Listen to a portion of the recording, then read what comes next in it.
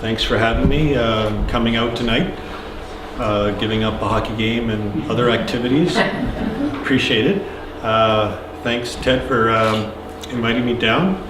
And mention Glenn McKnight, who's already been introduced, but he's going to be actually videotaping this. I'm doing this presentation for the first time, so hopefully I can do a decent enough job that it'll be useful for Glenn later on. And he's also volunteered to move the slides forward as I go through the information. So I'm originally, well, I'm from Oshawa, and my history background started down there. As I was looking into the early Oshawa history, I just saw that there was a common connection between the rest of Durham region based on the Scugog Trail, or carrying place, that linked Lake Ontario to Lake Simcoe. And the more I delved into it, the more I saw how it kind of brought all our history together. So for me, it's a way of kind of summarizing all our native history, our early fur trading history, and the early settlers that came to our townships here. And it's because of this trail that most of this happened.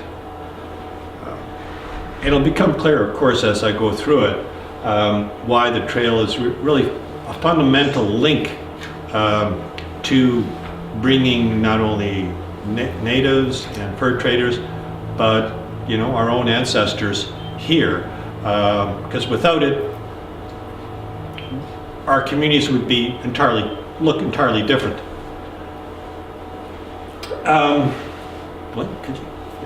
We'll go to the first main slide. Since this is a talk about a trail, I'm starting off to mention that trails were not uncommon here in North America. That First Nations people had trails going everywhere.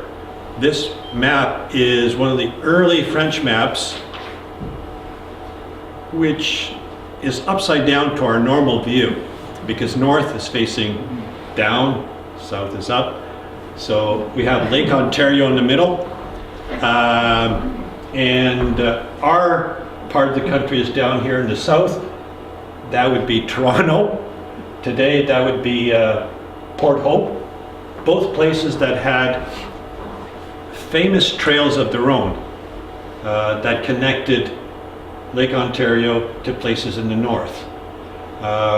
South of that, flip on the other side, you've got a whole series of trails that linked up the Iroquoian communities, the Haudenosaunee, as they called themselves.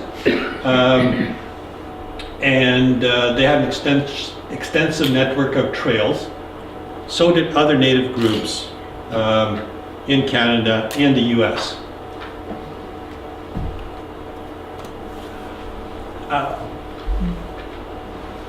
This is just a quick list of other trails in the area. The first two are part of the Scugog carrying place, Oshawa Creek, Harmony Creek, in the Oshawa area, but they linked up with other trails coming up here northward. The Nonquan River to Beaver River was another pathway that linked these. And there was a few others in the area, in Bowmanville and out in Pickering at Duffins Creek.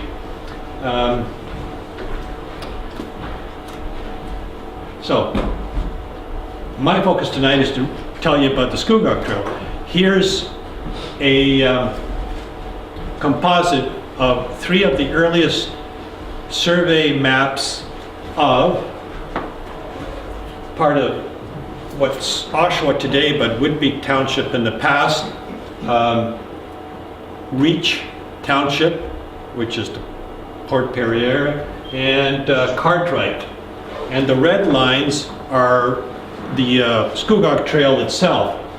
To give you an idea where they ran from. So the bottom we have Lake Ontario, the southern terminus of the trail, and it ran up in kind of two forks. One went up to Lake Scugog, where Port Perry is today, and another ran to the east of it. And the research doesn't tell us exactly where it ended up. This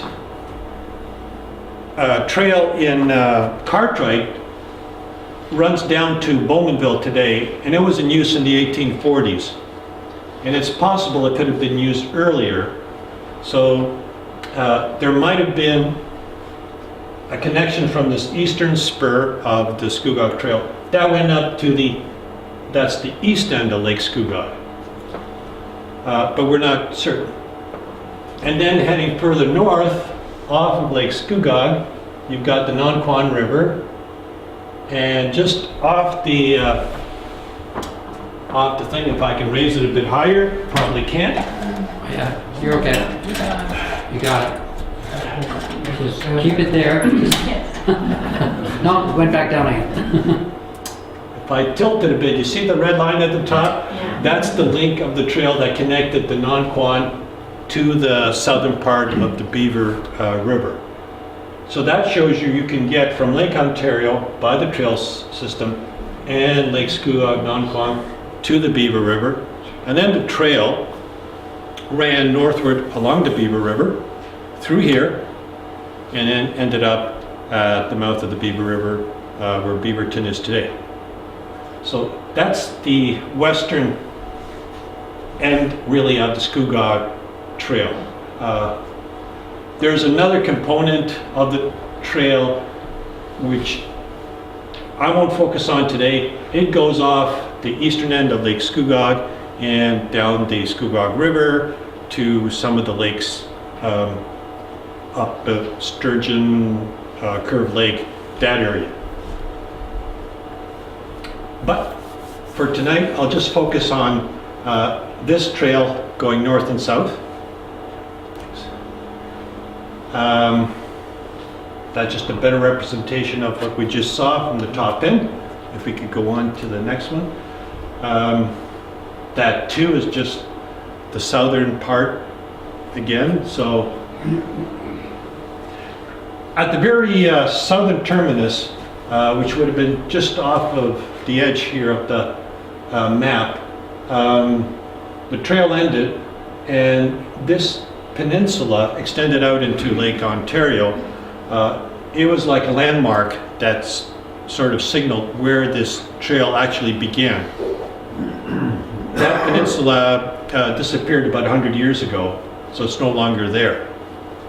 But it used to be quite a prominent site along the lakeshore. What do you mean by trail? What traffic is it? Okay. The traffic along the trail basically was on foot. People could walk along a fairly narrow path,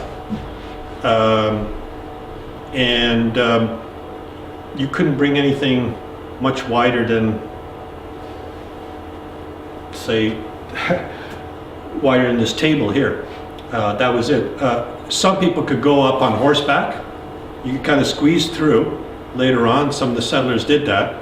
The natives pretty much either went on foot and in some cases carried things like their canoes or other things on their backs. You couldn't carry a cart then, could you? No carts, no.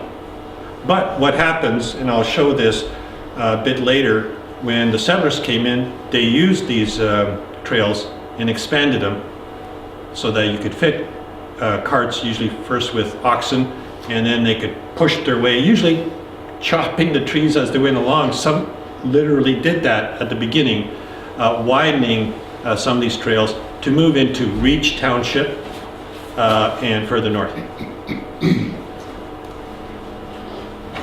this is just a feature common of the trails. You get these strangely bent trees, which were kind of signposts that you were on the trail, that kind of pointed you along the trail. The one on the bottom is one in New York State.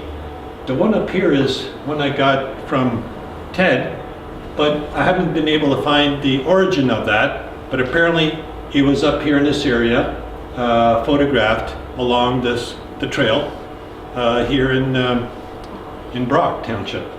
But I'm not sure where exactly it was located.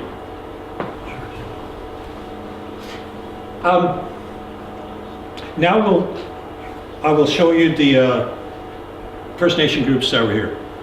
Two main groups. In this area along the Beaver River and Lake Simcoe, you had what now are the Chippewa, and along Lake Scugog and to the south you had the Mississauga today, but they were all part of one large group, if you like. They were Ojibwe, they spoke the same language, they had the same culture, they just had different geographical areas where they settled and did their things. And their system of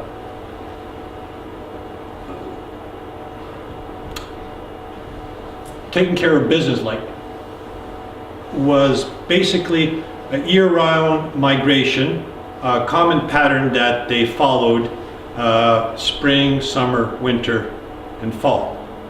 And they moved around, but pretty much the same places. They had kind of special sites set aside that they went to in their seasonal migration. I'm starting out here with the winter. These are some typical scenes, unfortunately not from around here because there wasn't a lot of ethnographical material to document it, but this is taken from various sites across North America. Typical native, some are typical native winter hunting camps. And at that time, the natives would break up into small, usually family groups, and hunt.